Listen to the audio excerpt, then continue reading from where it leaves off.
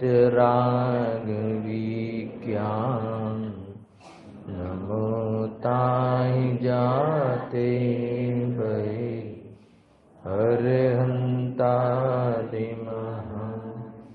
करि मंगल करियो महा ग्रंथ कोता जाते मिले समाज सब पावे निज पद आत्म रूप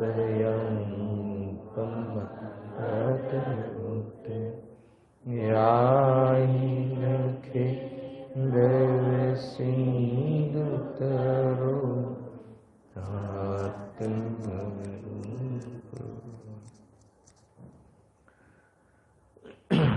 आज श्री मोक्ष मार्ग प्रकाशक ग्रंथ से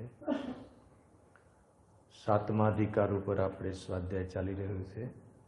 સમ્યક સન્મુખ મિથ્યા દ્રષ્ટિનું નિરૂપણ. આ એવા મિથ્યા દ્રષ્ટિની વાત છે કે જેના જીવનમાં સમ્યક્ત્વનો સાચો ઉપાય ચાલી રહ્યો છે. મૂળ વાત એ ભલે છે મિથ્યા દ્રષ્ટિ, પરંતુ સમ્યક્ત્વનો સાચો પ્રયત્ન જેના જીવનમાં ચાલી રહ્યો છે. સમ્યક્ત્વના પ્રયત્નમાં અહેમ વાત એ છે કે સ્વાધ્યાય આદિના માધ્યમથી તત્વનો નિર્ણય એના પર બહુ જ બળ આપ્યું છે પૂરા પ્રકરણમાં.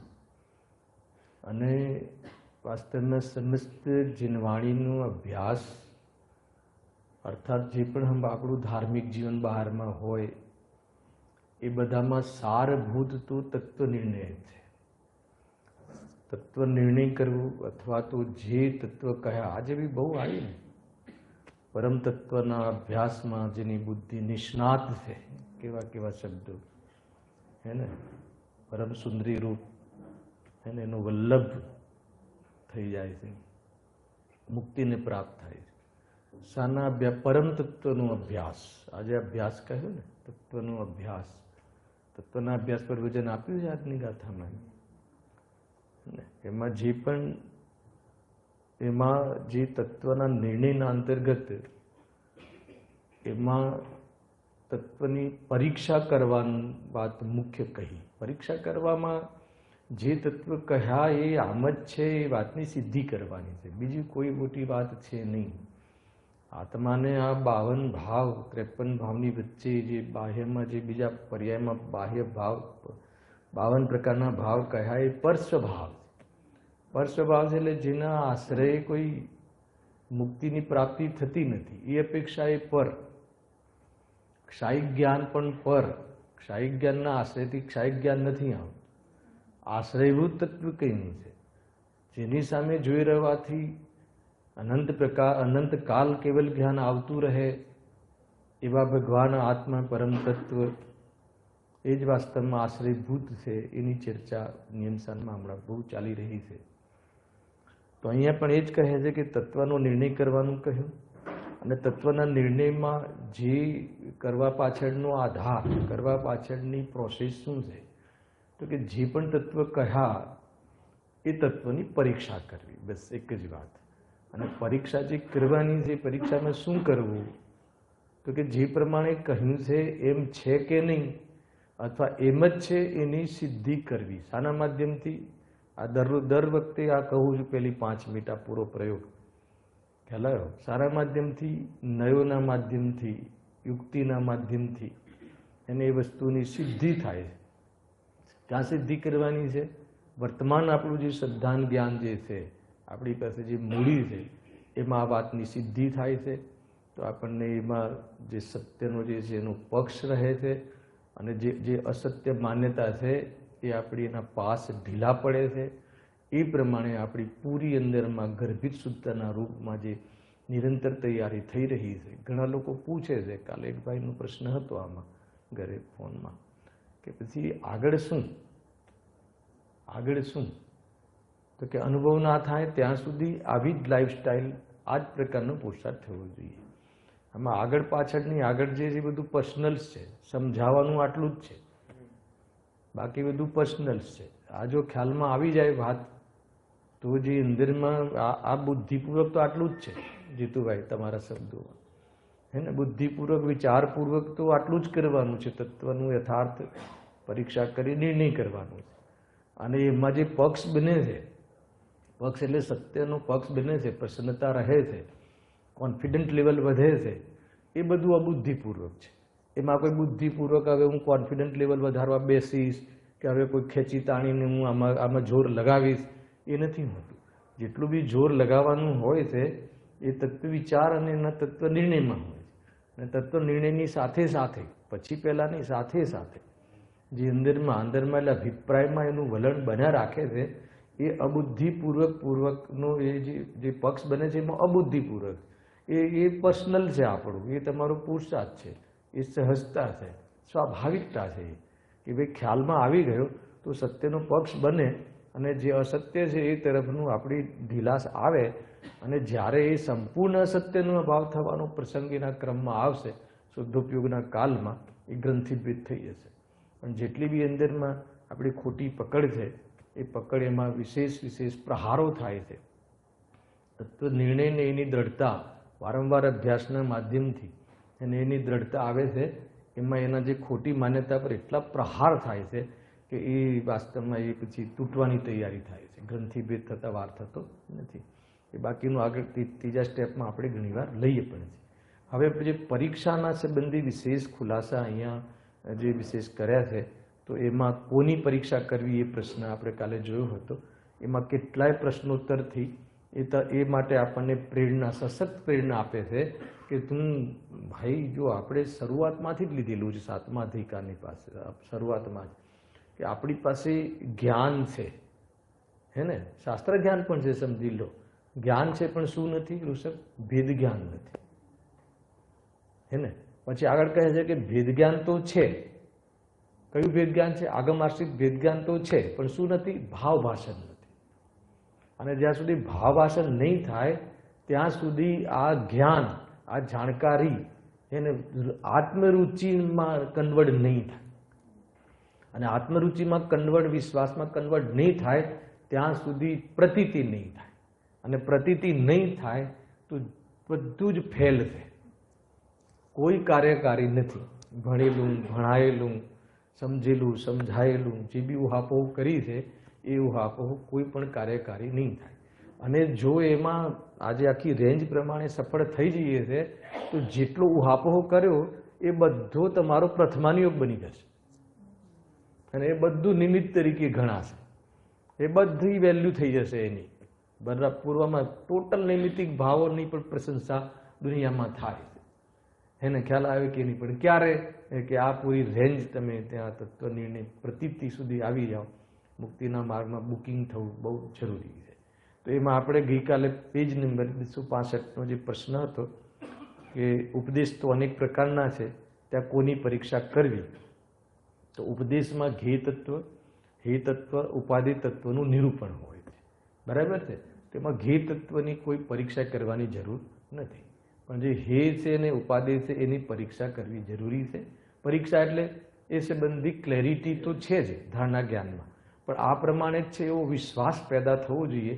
એ પ્રમાણે એનો ભરોસો વ્યક્ત થાય, એના તરફની આપણું વિશ્વાસ વિશેષ પ્રગટ થાય, એ થવું જરૂરી છે. તો કે એમ કરે કે એ રીતે પરીક્ષા કરવી જરૂરી છે. અગર જો એમાં પરીક્ષા નથી કરતા, એમાં લખ્યું છે, તો અન્યથાપણું થતાં પોતાનું બુરું થાય છે. અથવા તો અયથાર્થ, એને કેવી રીતે થાય અન્યથાપણું? જે ઉપાદેય છે એને હે માની લે, અને જે હે છે એને ઉપાદેય માની લે છે. જે પોતાનું નથી એને પર છે એને પોતાનું માની લે છે, અને પોતાનું છે એની તો ખબર જ નથી. અથવા પોતાનું જે છે એનો આધાર પર માને છે. તો એ પ્રમાણે એનું જીવન રફે દફે, એનું જીવન કોઈ રીતે વિવેકપૂર્વક નથી હોતું. હે ને, આ વસ્તુની ક્લેરિટી, એનું શ્રદ્ધાન અથવા જે વિકલ્પાત્મક શ્રદ્ધાન, એની દ્રઢતા અને સત્ય તરફનું આપણો ઝુકાવ અગર જો જીવનમાં નથી હોતો તો આપણું સંપૂર્ણ જીવન પશુ જેવું છે, અવિવેકી જેવું છે. ખબર જ નથી, પોતાની ખબર નથી, પરની ખબર નથી, કરવાનું શું, નિર્ણય જ નથી. આપણને આપણો નિર્ણય નથી, એનાથી વધારે દરિદ્રતા, એનાથી વધારે અપરાધ શું હોઈ શકે? તો આ બધી ચર્ચાઓ આપણે ખૂબ કરી છે. તો અહીં આગળ કહે છે કે જો અર્થાત જો ઉપાદેયને હે માની લે તો બુરું થાય, હે ને ઉપાદેય માની લે તો બુરું થાય. બરાબર? ત્યાગવા યોગ્ય છે એને પકડી રાખે.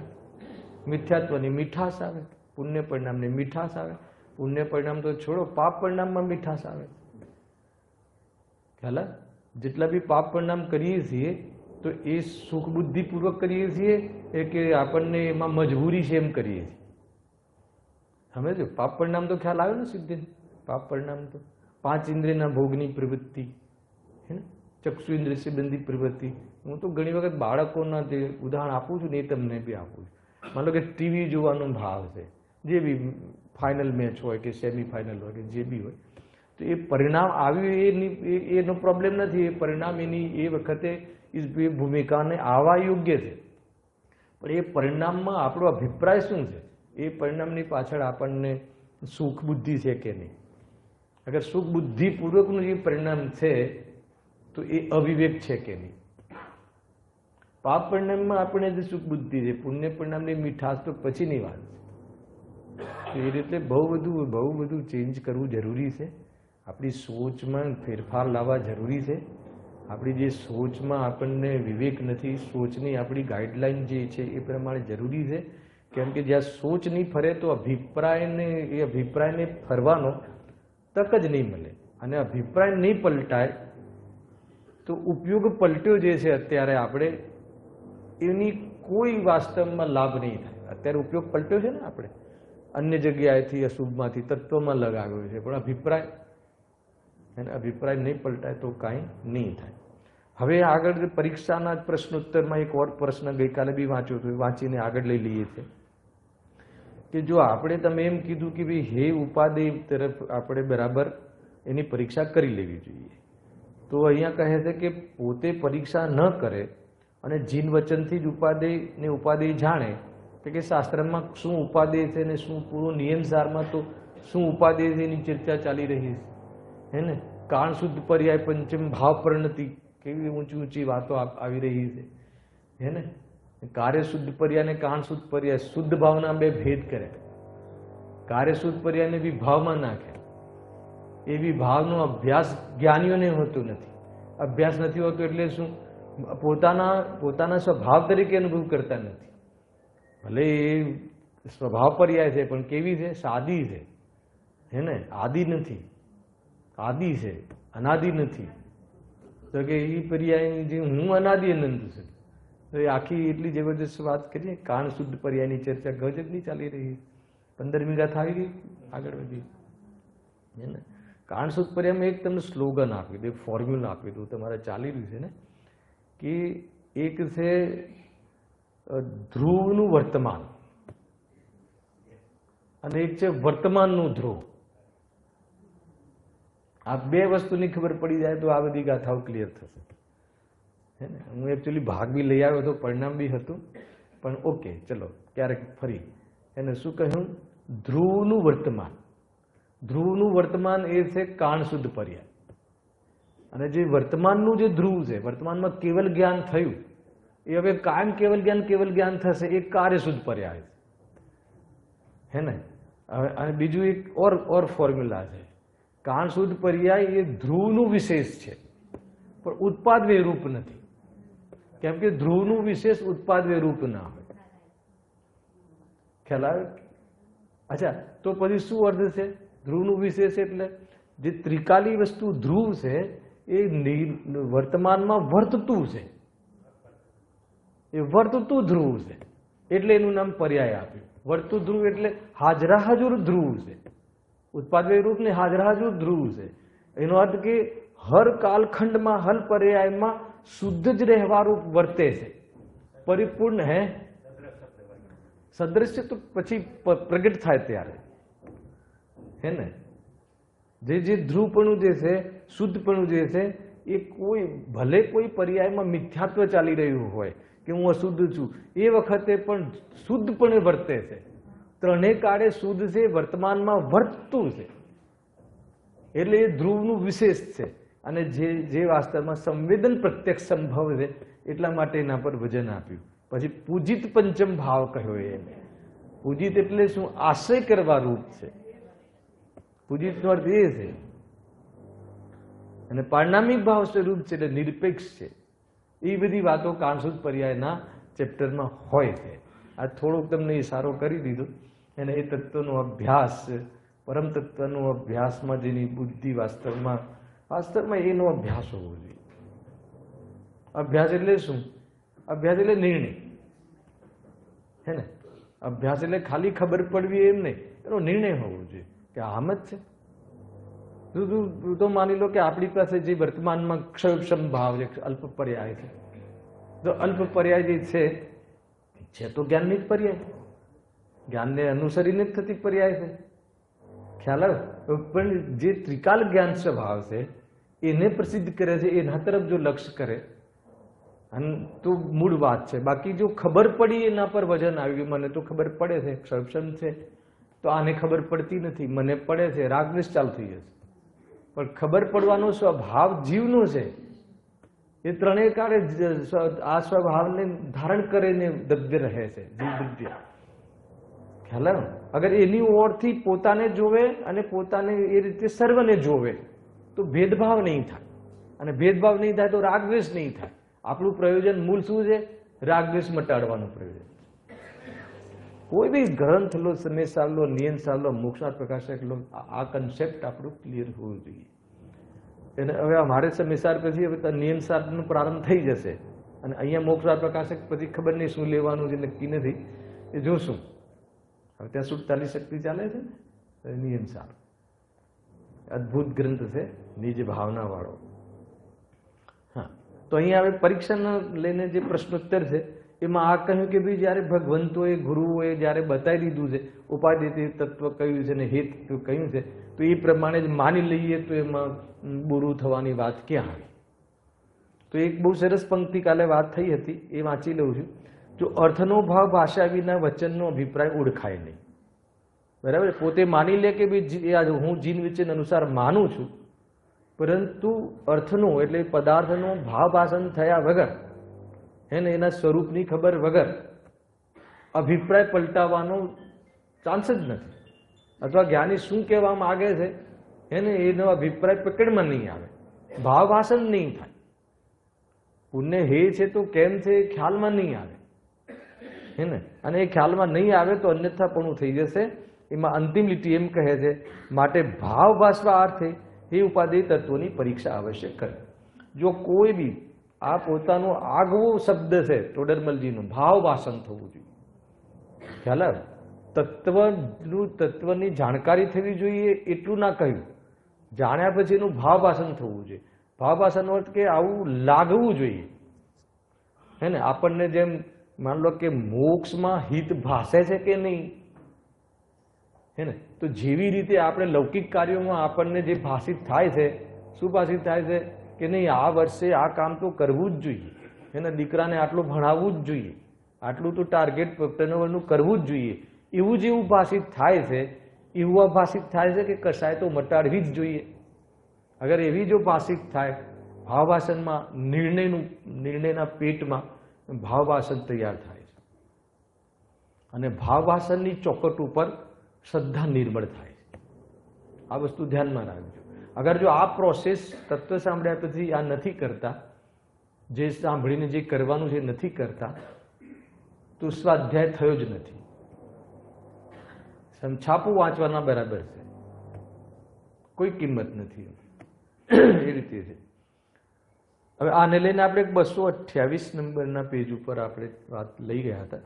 વ્યવહારાભાસી મિથ્યા દ્રષ્ટિમાં વિશેષ વાત કરી હતી, એ જરા જોઈ લઈએ. બહુ વિસ્તારથી ચલાયેલું છે આપણે તો. પેજ નંબર 228 પર છે. વળી શાસ્ત્રમાં તત્વાર શ્રદ્ધાનંદ સમ્યક દર્શન એવું વચન કહ્યું છે, હે ને? સમ્યક દર્શનની પરિભાષા, સમ્યક દર્શનની રીત શું કરવાનું, સમ્યક દર્શનમાં શું કરવાનું છે મીરભાઈ? 7 તત્વોની શ્રદ્ધા કરવાની, એનું નામ સમ્યક દર્શન છે. બતાવી દીધું સમ્યક દર્શનનું લક્ષ્ય. તેથી શાસ્ત્રોમાં જેમ જીવાદી લખ્યા છે, હવે એના માટે શું કર્યું? જે શાસ્ત્રમાં 7 તત્વ કહ્યા છે એને શું કરાય? આપણે નામ શીખી લીધા. અને ત્યાં ઉપયોગ પણ લગાવ્યો એને સમજવામાં ઉપયોગ પણ લગાવ્યો, અને બીજું અન્યને ઉપદેશ પણ આપ્યો. શું આપ્યો? કે આ જ સત્ય છે, આ પ્રયોજનભૂત તત્વ છે, આને જાણ્યા વગર મુક્તિ નહીં થાય, આને ન જાણવાથી મુક્તિ નહીં થાય, અને આને જાણવાથી મુક્તિ જરૂર થશે. એવી જાતિનો ટ્રસ્ટ પણ કર્યો, અને એવી જાતિનો ટ્રસ્ટ કરાયો બી ખરો. તો પછી શું બાકી રહી ગયું? હવે આગળ લખ્યું, પરંતુ તે તત્વનો ભાવ વાસ્તો નથી.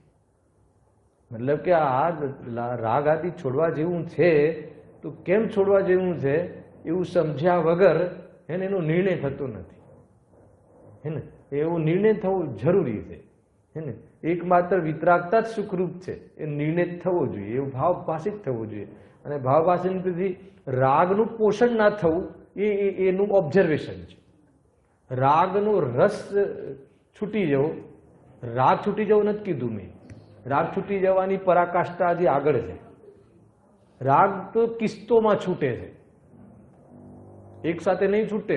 મુનિ બન્યા પછી બી રાગ નથી છૂટતો સંજલન લેવલનો. સંપૂર્ણ રાગ છૂટવાની આગળ એને 3 ચોકડી 3 કિસ્તો તો ચૂકવી દીધી રાગની, પણ છેલ્લી કિસ્ત બાકી છે હજુ મુનિરાજની. અને હજુ એમને આપણા જેવા પ્રાણીઓ પર એમને કરુણાનો ભાવ આવે છે, તો ત્યાં સુધી પોતાનું હિત નહીં કરી શકે. ગજબ છે દુનિયામાં કંઈ કે જીવો પ્રત્યે કરુણાનો ભાવ આવે તો એ તો હિતકારી માને છે. અહીંયા કહે છે કે જ્યાં સુધી હજુ જીવો પ્રત્યે કરુણાનો ભાવ ઉભો છે ત્યાં સુધી એને એમનું સંપૂર્ણ આત્મહિત નહીં થાય. શું જૈન શાસનની પરાકાષ્ઠા! વિતરાગ ભાવ એકમાત્ર એને ઉપાધિ છે એમ અહીંયા કહ્યું. જો આગળ શું કહે છે?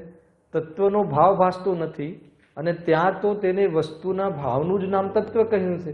એ વસ્તુનો જે ભાવ છે, હવે એ ભાવ જે છે ભાવનું ભાષણ જ થતું નથી, તો કેવી રીતે કામ થશે?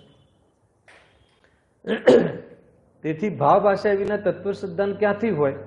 માટે એક એમને ત્યાં વાત લઈ આવ્યા. પછી આગળ આખો પેરેગ્રાફ શાના માટે છે ખબર છે? ભાવ ભાષો શું છે એ બતાવો. તો આટલું કોણ ખોલીને બતાવે? તમે ભાવ ભાષણ પર તો લઈ આવ્યા, પણ ભાવ ભાષો શું છે? 7-8 લીટીમાં ઉદાહરણ છે, નીચે કન્ક્લુઝન છે. હું ડાયરેક્ટ કન્ક્લુઝન વાંચું છું.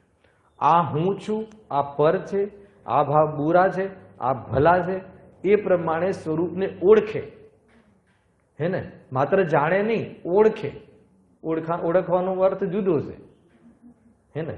પરિચય કરે એટલે શું? પરિચય કરે એટલે ખાલી જાણકારીનો પરિચય નહીં, એ પ્રમાણે એને માન્યતામાં આવે, એ પ્રમાણે એના વિશ્વાસમાં આવે, એને આ વાત ઘડે ઉતરે. ખ્યાલ આવ્યો? હવે માનો કે શરીર છે એ પરભાષે. કેવી રીતે પરભાષે? કે શરીરમાં કંઈ પણ થાય તો લક્ષપૂર્વક સંસ્કારવશ કદાચિત ચિંતા રહે, પણ એક વાર બી એના વિયોગથી મારું અસ્તિત્વ નષ્ટ થઈ જશે એવી ફિલિંગ જ ના આવે, એવી ચિંતા જ ના થાય. ખ્યાલ આવ્યો કે ઘણી વખત આ બધા પ્રયોગમાં આ બધી વસ્તુ એક સ્ટેપમાં શું હશે ખબર પડવી જોઈએ. ખ્યાલ આવ્યો? જેમ કે હું તમને એક ઉદાહરણ આપું. કોઈ આપણને આપણા ભૂમિકાના અનુસાર જે ગ્રસ્ત જીવનની જે ભૂમિ છે આપણી, એમાં 5 ઇન્દ્રિયના ભોગના પરિણામ આવવા એ કોઈ બહુ મોટી વાત નથી. પોસિબલ જ છે, આવે. સમ્યક દ્રષ્ટિ કે મિથ્યા દ્રષ્ટિનો પણ ભેદ ન કરો, એમાં આવે. હવે સમ્યક સન્મુખ વાળો જીવ છે એ ભોગાદિના પરિણામ આવે, પણ એની સામે એની ચેલેન્જ ઊભી રહે છે, એના જ્ઞાનની હાજરી હંમેશા ઊભી રહે છે. શું? કે ભલે ભગવાન મને આ ભાવ આવે છે, પણ એમાં મારી શ્રદ્ધા ઢળી જાય એમ નથી કે આમાં સુખ ભાષિત થાય એમ છે જ નહીં. મારી શ્રદ્ધાનું જે લેવલ છે, મારી જે માન્યતા છે, એ હવે એને આમાં ઢળી જાય એવું કંઈ બનવાનું નથી. એવી જે અંદરમાં તમારી જે દ્રઢતા છે, ભાવ આવ્યા રાખે. પછી વેરી નેક્સ્ટ છે એ આટલું આ રીતની દ્રઢતા આપણને એ વખતે ખ્યાલમાં આવવા પછી વળી પાછા તમે પરિણામમાં આવી ગયા, તો પણ તમે એક વાત કે કંઈ પણ થાય, પણ એ પરિણામમાં સુખ ભાષિત થાય એવી કોઈ વાત અમને બેસતી નથી. એ વાતની રટ કહો, એ વાતની તમે પકડ કહો, એ પકડ જો તમારી વિશેષ હોય તો એ થવાવાળા ભાવોમાં એને અનંત સંસાર બંધાય એવી તાકાત નથી હોતી. હે ને? એમાં એ પોટેન્શિયલ નથી હોતી, એ કશાયમાં એવી તાકાત નથી હોતી. અને તમને તમારી પ્રતીતિને આગળ વધારવામાં ડિસ્ટર્બ કરે એવી તાકાત નથી હોતી. ખ્યાલ આવ્યો? ઉપાદેય બુદ્ધિ નીકળી જાય એવી વાત છે એની અંદર. ઉપાદેય બુદ્ધિ એક શુદ્ધ ઉપયોગના કાલમાં કામ થાય એટલું મોટું કામ થાય છે ને. આ તો બહુ બધા વિચારો આમાં કરવા જેવા. ક્યાંથી કેવી રીતે સમજવું? જો આ રીતે પછી લોકોને અનુભવની બહુ ઉતાવળ હોય. આજકાલ જ્યારે હું આ રીતની આ શૈલીમાં લઉં છું ને તો કે ભાઈ બધી વાત બરાબર છે, આ બધું કર્યું, પણ અનુભવ ક્યારે થશે? ખ્યાલ આવ્યો કે નહીં? તો કે અનુભવ એના સ્વકાલમાં થશે. તને તારે અનુભવ માટે જે પ્રક્રિયા જે છે એ પ્રક્રિયામાં તું નિષ્ણાત બની જા. ખ્યાલ આવ્યો ને? તો તને અનુભવનો પણ એના ક્રમમાં છે એ વાતથી તને નિરાંત રહેશે અને એની પણ તને ઉતાવળ નહીં થાય. વસ્તુ સ્વરૂપ સમજતા બધી જ વસ્તુનું સમાધાન સંભવ છે ને. સમસ્ત જે માનસિક શાંતિ આનાથી આ તત્વના આધાર પર ફરક પડી જાય છે. અને આની મતલબ કે આ અભ્યાસરૂપ વેદ જ્ઞાનની લેવલ વાળી અગર જો વિશુદ્ધિ હોય સમજો તો એમ લાગે કે સંસારનો કિનારો નિકટ છે.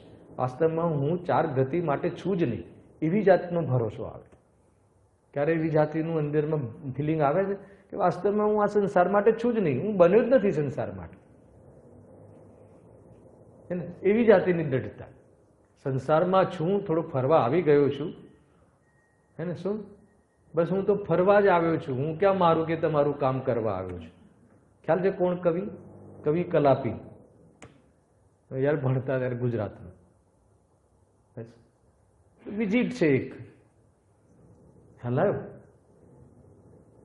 એ છે તો વિઝિટનો અર્થ એ છે કે એમાં અહમપણાનો કોઈ રોલ નથી. હે ને? એક જેમ કે એક્ઝિબિશનમાં આવ્યા હોય એવી રીતે છે, તો એમાં કોઈ અહમપણાની વાત નથી. કારણ કે આ બધું ગીત તોમાં જતું રહે. અદ્ભુત છે. તમે આમાં તમારી અંદરની અંતરંગ જે પરિણતિ જે ચાલે છે, અભિપ્રાયનું જે બલ છે, એ બલ સત્યના પક્ષમાં આગળ જો કામ કરી રહ્યું છે તો એ જીવ સમ્યક સન્મુખ છે.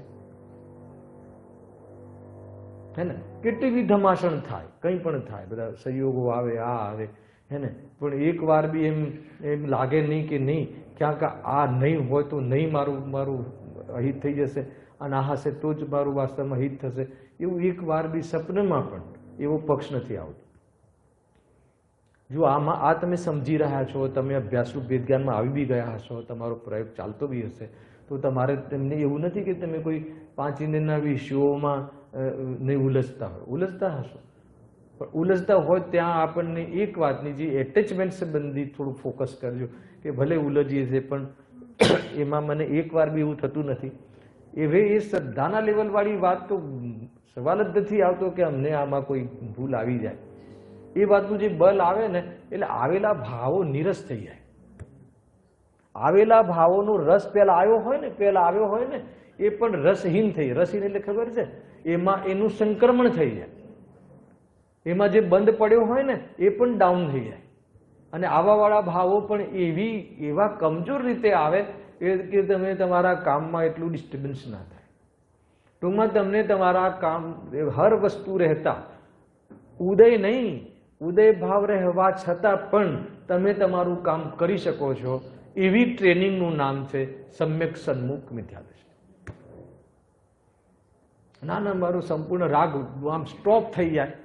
અરે સ્ટોપ થઈ જાય એ તો ઊંચો પુરુષાર્થ છે, પણ એના પહેલા જે ટ્રેનિંગ જે આ ચાલે છે એને સ્વભાવમાં ઉપાધિ બુદ્ધિ, પર્યાયમાં હે બુદ્ધિ, એને એ ના આવે એના પહેલા આ બધી જે સિસ્ટમ છે એ સિસ્ટમમાં એટલો રસ આવે છે અને એનો એટલો હર્ષ થાય છે અને એનો એટલો અંદરમાં પકડમાં આવે છે કે એને એમ લાગે છે, શું લાગે છે? એમ ભાષિત થાય, લાગે છે ભાષિત થાય છે કે સંસારને મટાડવાની સમસ્ત સામગ્રી મારી પાસે ઉપલબ્ધ છે.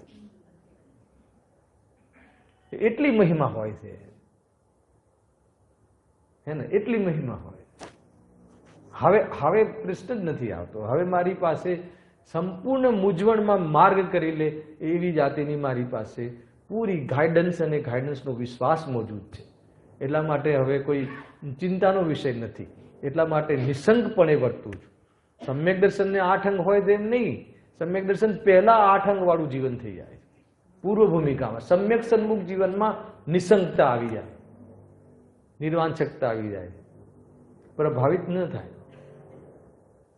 હે ને? અનેક પ્રકારના સ્વાધ્યાયાદિમાં જાય તો રાજા મહારાજા ચક્રવર્તી બધા આવે પણ એ ઇમ્પ્રેસ ના થાય એનાથી. એનું સમ્યક સન્મુખ જીવન છે. કેમ ના થાય ખબર છે જીતુભાઈ? કેમ કે એનાથી આત્મહિતનો કોઈ સંબંધ નથી એવો એનો અટલ વિશ્વાસ. વિશ્વની અટલ મર્યાદાનું ઉલ્લંઘન તત્વ વિચાર ને તત્વ નિર્ણયના આધાર ઉપર એનું ઉલ્લંઘન કરતું નથી. સોચમાં ઉલ્લંઘન કરતું નથી. સોચનો બહુ ધની છે આ, હે ને? વિચારોમાં એટલી સમૃદ્ધિ છે કે વાસ્તવમાં એની મહાનતા, એની પ્રભુતા પુરવાર થવામાં હવે ટાઈમ નહીં લાગે. ખ્યાલ આવ્યો કે નહીં? પેલા કોઈ પંડિતજી પૂછતા ને બેનસીને, કોણ પૂછતું કે સમ્યક દર્શન કેટલું દૂર છે હજુ? એમ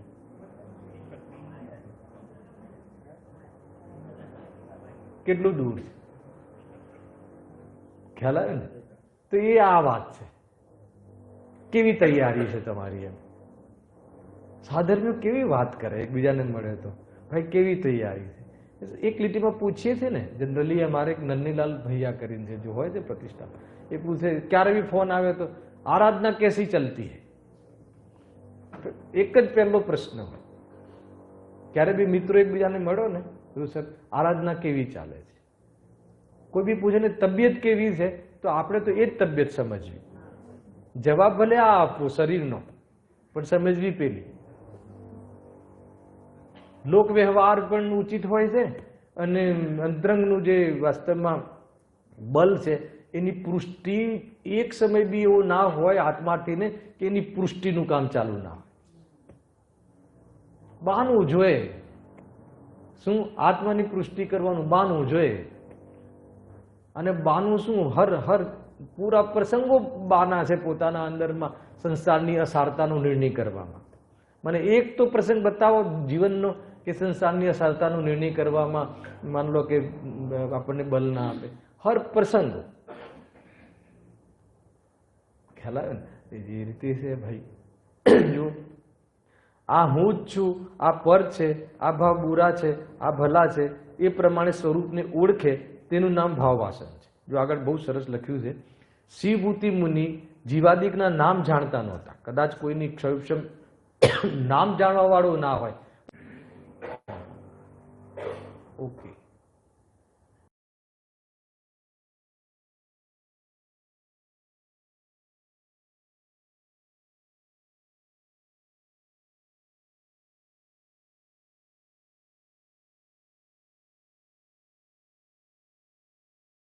પહેલા ખૂટા પર બાંધતા હોય ને તો પછી આ પહેલો ખૂટો જે છે, હે ને, આ પહેલો ખૂટો જે છે આ જ મારો ખૂટો જે ખબર પડી જાય. એનો ભાવ વાસન, આ મારું છે, આ મારું નથી, એવું ભાવ વાસન હોય છે.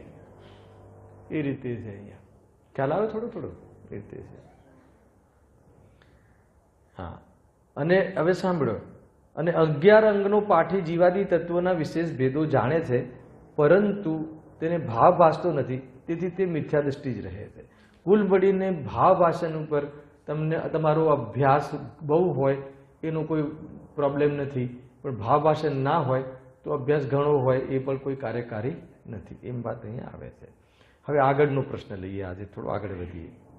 ટૂંકમાં એ કન્ક્લુઝન પર આવ્યા કે ભાવ વાસન અર્થે હે ઉપાદેયની પરીક્ષા જરૂરી, અને ભાવ વાસન કર્યા વિના પ્રતીતિ સંભવ નથી.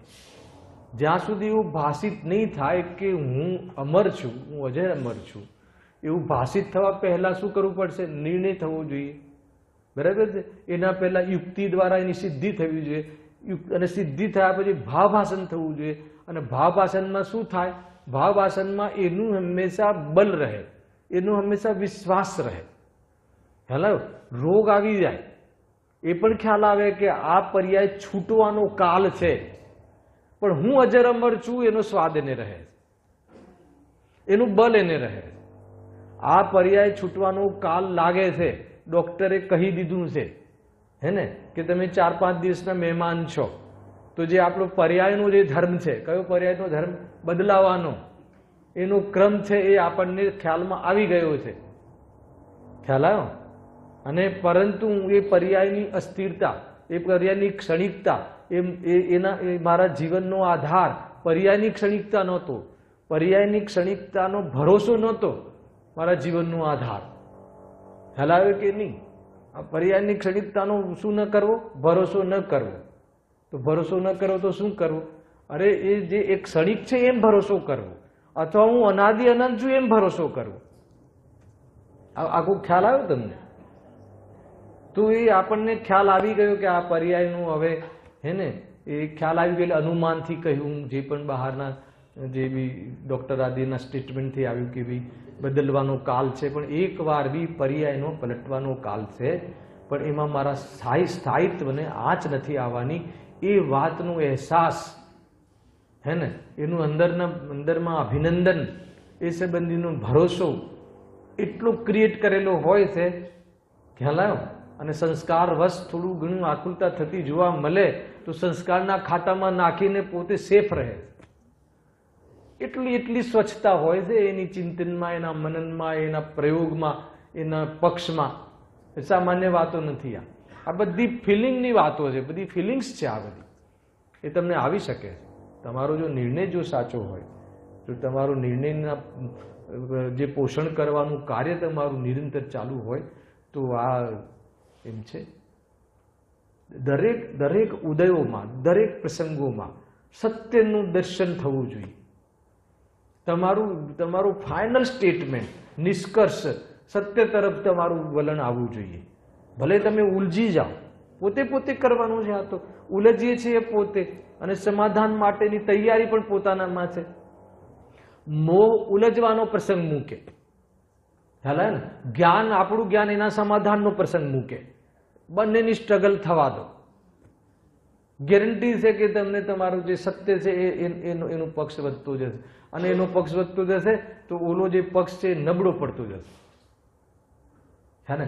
મોહને એમ લાગશે કે આ નથી, અમારું કામ નથી. એટલી તૈયારી હોય છે. નબળાઈ ના હોવી જોઈએ.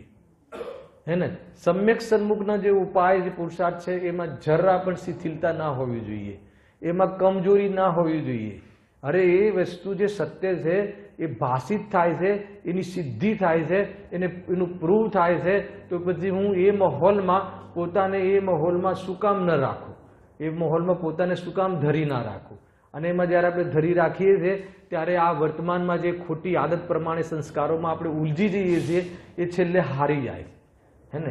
એ વાસ્તવમાં એની એ તાકાત નથી ક્રિએટ થતી, અને એ રીતે આગળ વધે છે આજે બહુ જ. અને આટલું જ કરવાનું, કરવાના નામે આ કરવાનું. સ્વાધ્યાય કરીને કે પૂજા કરીને કે ચર્ચા કરીને આ જ કરવાનું છે. અગર એ બધું કરીને આ નથી કરતા તો એ સમ્યક સન્મુખ નથી. તો એ શામાં છે? બતાવો હર્ષિત. કોઈને કોઈ આભાસમાં છે, અને કોઈને કોઈ આભાસમાં છે. એનો કઠોર અર્થ શું છે? કે આ જેટલું બી આ કર્યું, સ્વાધ્યાય, પૂજન, તત્વચર્ચા, એ શું કાલે યાદ કરાવ્યું મેં, એ ભવમાં હેતુ બન્યું. આટલું મોટું કલંક સાથે જીવવું ઠીક નથી. જે વિદ્યા ભવના અભાવ હેતુ હોય, એ ભવ માટે આપણે ભવ માટે અગર જો એ વિદ્યાને આપણે ધારણ કરતા હોઈએ અને એટલા મોટા કલંક સાથે જીવીએ તો કહે છે કે નિગોદની તૈયારી. આગળ જ્ઞાન ખુલે એવી પરિસ્થિતિ નહીં આવે. બહુ વિચાર કરી લેજો. એને ઘણી વખત બસ થોડું સાહસ કરવાનું છે ભાઈ, અને સાહસ શ્રદ્ધાન વિચારોમાં કરવાનું છે. બહારમાં તો સાહસ થઈ જ નથી શકતું. ઉપરથી નીચે પડવાની વાત જ નથી ત્યાં. ખ્યાલ આવ્યો કે નહીં? અરબો ખરબો રૂપિયા આવે તો એ નોર્મલ રહેતા આવડવું જોઈએ, અને સાંજની જમવાની વ્યવસ્થા ના હોય તો બી નોર્મલ રહેતા આવડવું જોઈએ. અને એ વિદ્યા શીખી લેવામાં જ હોશિયારી છે. આ સાહસ છે. હે ને? આપણું ટાર્ગેટ જ બદલાઈ ગયું, આપણું ધ્યેય જ બદલાઈ ગયું. જેનો ધ્યેય બદલાઈ જાય છે અને એ ધ્યેયને ઉચિત માર્ગદર્શનના અંતર્ગત પોતાનું જીવન રાખે છે, તો એ જીવ તો ગયો ચાર ગતિની બહાર. હા, એ છે કન્સેપ્ટ. બહુ ક્લેરિટી હોવી જોઈએ, કન્સેપ્ટ ક્લિયર હોવા જોઈએ. કન્સેપ્ટ ક્લિયરની સાથે એમાં પડાવ નાખવો જોઈએ. એમાં પડાવ નાખતા નથી આપણે. વેપાર આદિમાં કેવો પડાવ નાખીએ છીએ, એને કાંઈ પણ થાય, ખ્યાલ આવે કે? તો એટલું તમારે આમાં તમારું પોતાનું આમાં આપવું જોઈએ ને, 100% આપવું જોઈએ ને. આમાં 10% 20% આપવાથી નહીં થાય, 100% આપવું પડશે. અને 100% આપવામાં શું આપવાનું છે ને? 1 રૂપિયો નથી આપવાનો સૌથી પહેલા, એટલે ટેન્શન મટી ગયું. ખ્યાલ આવે? અરે આપી શકતા નથી, શ્રીનું આવે છે તો 100%માં શું આપવાનું છે? સત્ય જે છે એ ખુલ્લી આંખેથી જોવું જરૂરી છે. એનો સ્વીકારવાની હિંમત હોવી જોઈએ, હે ને? એનો સ્વીકારવાની હિંમત હોવી જોઈએ. અસામાજિક તત્વ નહીં ઉભું રહે તમારા જીવનમાં, જબરદસ્ત છે, હે ને? વેદી શુદ્ધિ બહુ જરૂરી છે. સમ્યક સન્મુખનું જીવન વેદી શુદ્ધિનું છે, કેમ કે ભગવાન બિરાજવાના છે. ખ્યાલ આવે? આ વેદી શુદ્ધિ તમે છે ને ફંક્શન આપણું, તો પેલા વેદી શુદ્ધિ, આ વેદી શુદ્ધિ હશે ત્યારે ઓલી વેદી શુદ્ધિ સાચી ઠરશે. એટલું ધ્યાન રાખજો ભાઈ, હે ને? કોઈ 5, 25, 50,000, 2-5 લાખ રૂપિયા આપી દેવાથી કઈ કામ નહીં થાય. સસ્તું નથી એટલો આ માર્ગ, હે ને? આપવા હોય તો કેટલા પૈસા આપવા પડે ખબર છે? કેટલા આપવા પડે? 3 લોકની પૂરી સંપત્તિ આપવી પડે તો કામ થશે. એનો અર્થ શું? અને એના એ 3 લોકની સંપત્તિનો રાગનો ત્યાગ થશે ત્યારે કામ થશે, નહીં તો નહીં થાય. મોહ મટાડવા સિવાય બીજો ત્રીજો ચોથો કોઈ ઉપાય નથી, હે ને? અન્યથા ઉપાય કરવાનું સમાપ્ત કરી દો. અને મોહ મટાડવા માટે તત્વનો અભ્યાસ, તત્વ નિર્ણય, હે ને? એનું તત્વ નિર્ણયનું પોષણ, હે ને? સ્વભાવ જે તત્વનું રસનું ઘોલન, બસ. બાકી તમે મસ્તીમાં રહો. આટલું કાર્ય કરીને મસ્તીમાં રહો. ખ્યાલ આવે? આ છે કન્સેપ્ટ. બધું આ બુદ્ધિપૂર્વક એનો પક્ષ ગોઠવાતો જાય છે, અંદર પ્રબળ બનતો જાય છે.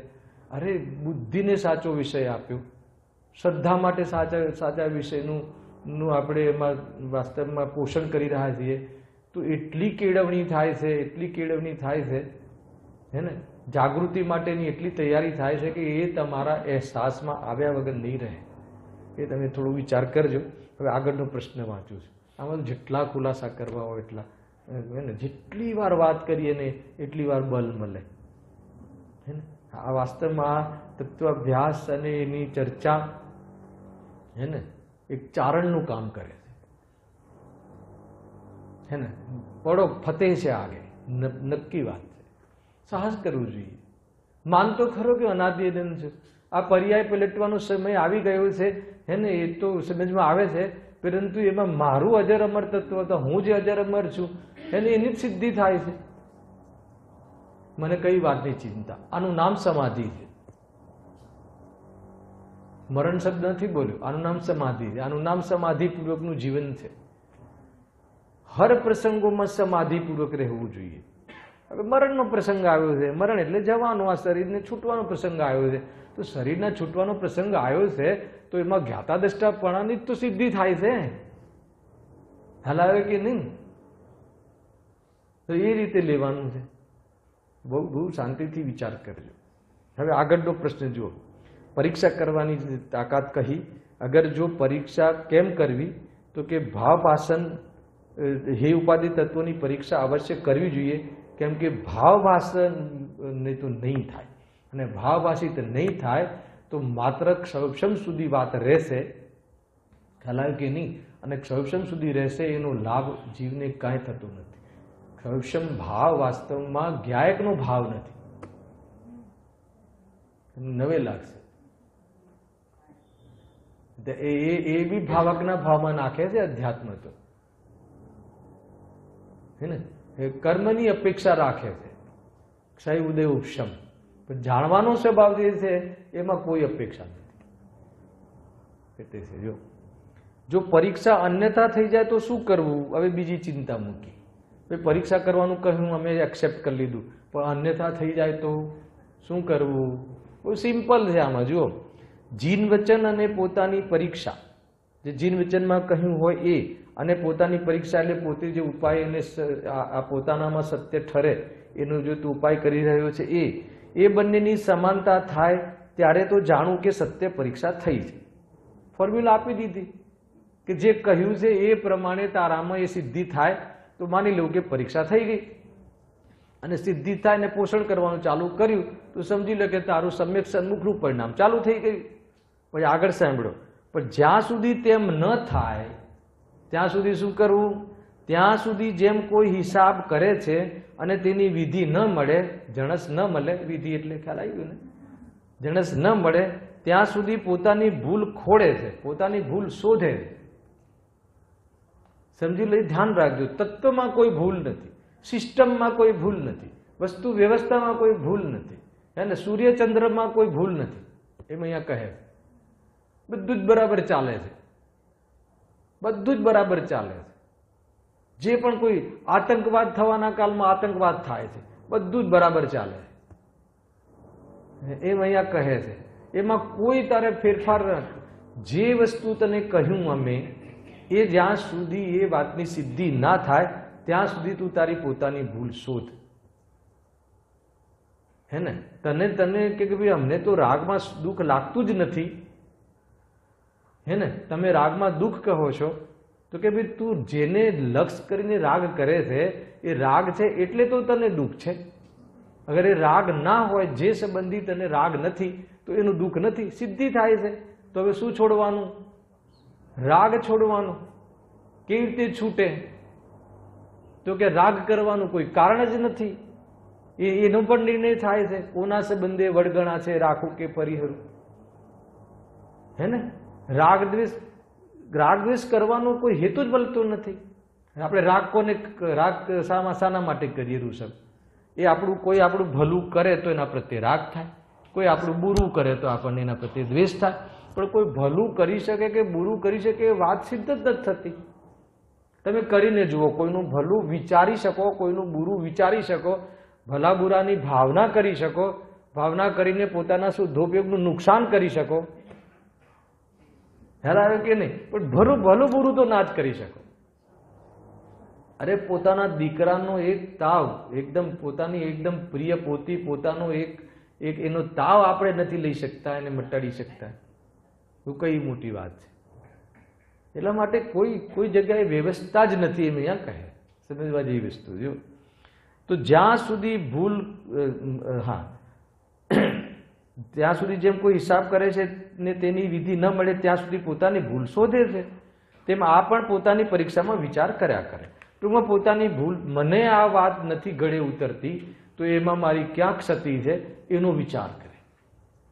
એને ગળે ઉતરે એ રીતે ફરીથી સમજે, સાધર્મ્ય સાથે મળે, સમજે અને અનેક યુક્તિ લગાવે અને પોતાના જ વિચારો ક્લિયર કરે.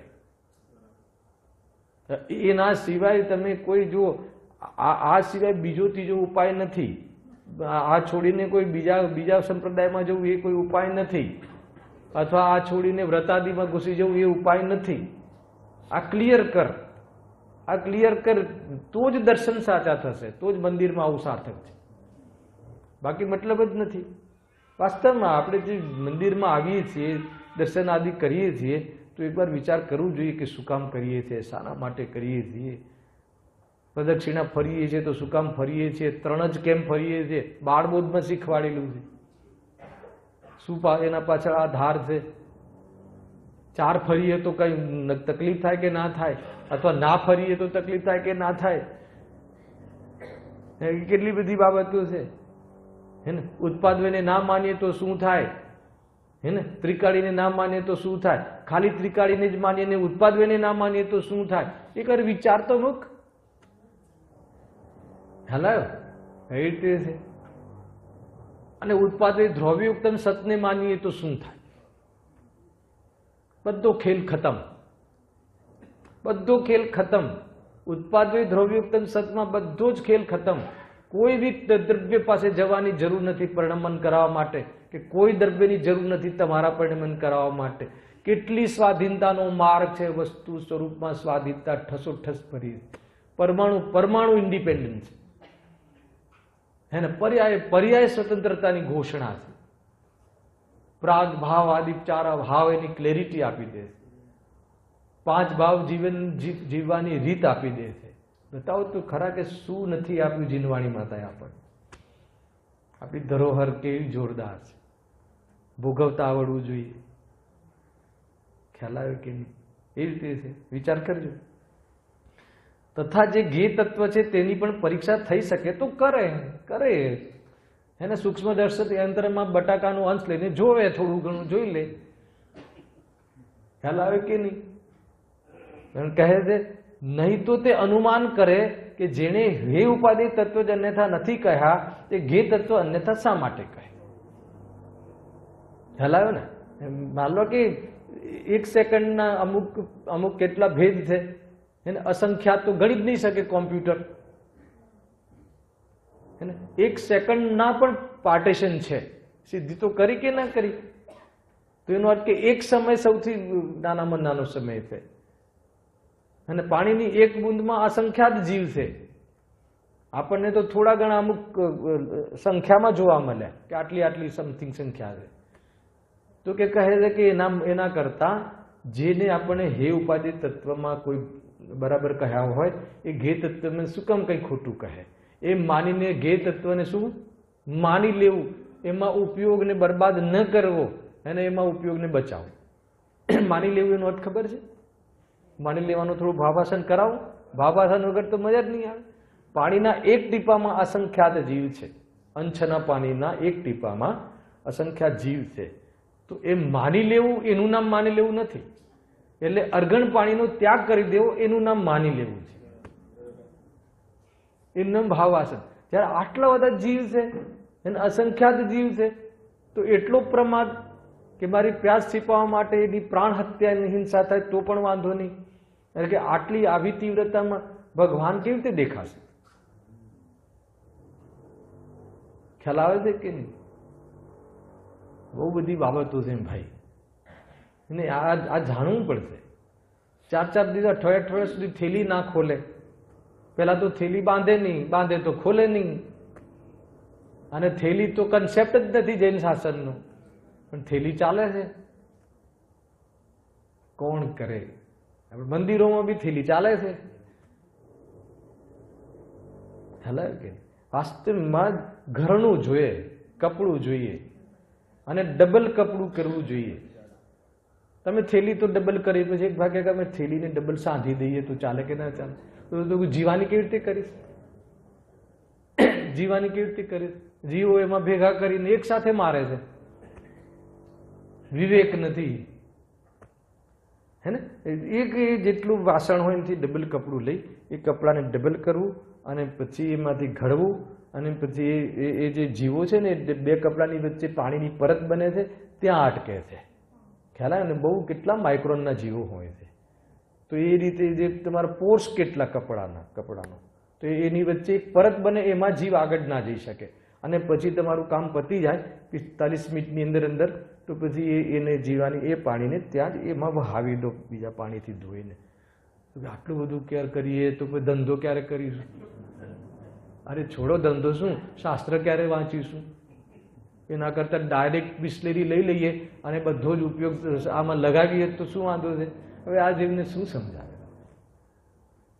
અચ્છા, માન લો કે ઠીક છે, તમને સમ્યક દર્શન થઈ ગઈ, અને આના માટે હું બહુ ઊંચો તર્ક આપું. હમણાં સમ્યક પ્રતીતિ થઈ ગઈ 7 તત્વની, પછી શું કરશો? પછી શું કરશો? વિચાર્યું છે કોઈ દિવસ? What next? સમ્યક દર્શન પછી શું? તો જેટલો રાગ બાકી રહ્યો છે એના અભાવ માટે શું કરશો? તાકાત નથી કે એટલો રાગનો અભાવ એક ક્ષણમાં થઈ શકે. તો એના માટે તમારે વ્રતાદિમાં આવવું પડશે. અને વ્રતાદિમાં તમારી આ જીવનચર્યાના અંતર્ગત તમારી વિતરાગતાને ડેવલપ કરવા માટે એને તમારા પરિણામોની સાથે ક્રિયાની ઓરથી કથન છે, પણ પરિણામોને ઉપદેશ છે, અને અભિપ્રાય પલટવા માટેનું સૌથી મોટો પુરુષાર્થ છે. આ કન્સેપ્ટ ખ્યાલ નહીં હોય તો કશું જ નહીં થાય. કપડાં બદલે તો બી એકેન્દ્રિય જીવની તો બહુ દયા પાડે પણ મા બાપને જોવે નહીં એવી સ્થિતિ થઈ જશે. વિવેક વગરના જીવનમાં આવા બધા ઝઘડા થતા હોય. કપડું તો 45 મિનિટમાં બદલવાનું ચાલુ કરી દીધું પણ ઘરમાં મા બાપ છે એને એમાં જીવ નથી દેખાતો. તો હવે એનું પાણી ગળવું બરાબર કહેવાય કે ના કહેવાય, તો પછી ગળવું કે ના ગળવું, અરે એને કઈ જ ખબર નથી.